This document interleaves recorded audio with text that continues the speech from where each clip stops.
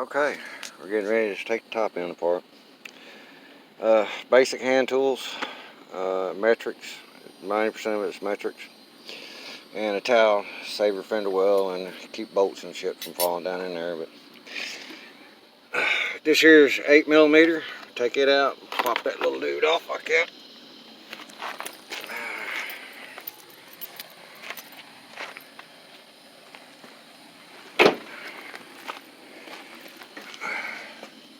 Then the next thing, you want to take your snorkel off of your mass airflow and your throttle body, and then get this upper radiator hose right here out of the way.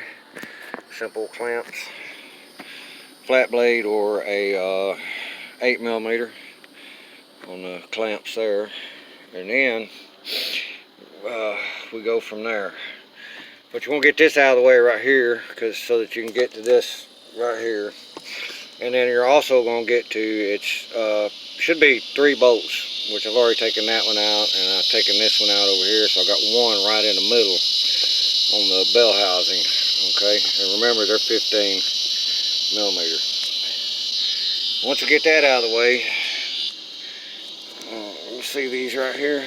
These are just push pins. You can take and pull them up with a pair of pliers, and then you can lift out the, well, you got to take that off right there. That's a 10mm.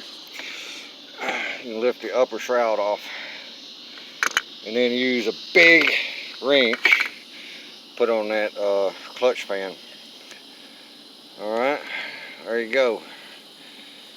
When I get all that off, I'll walk you through the rest, because we got to get the pump off, the alternator off, the power steer pump with the bracket, and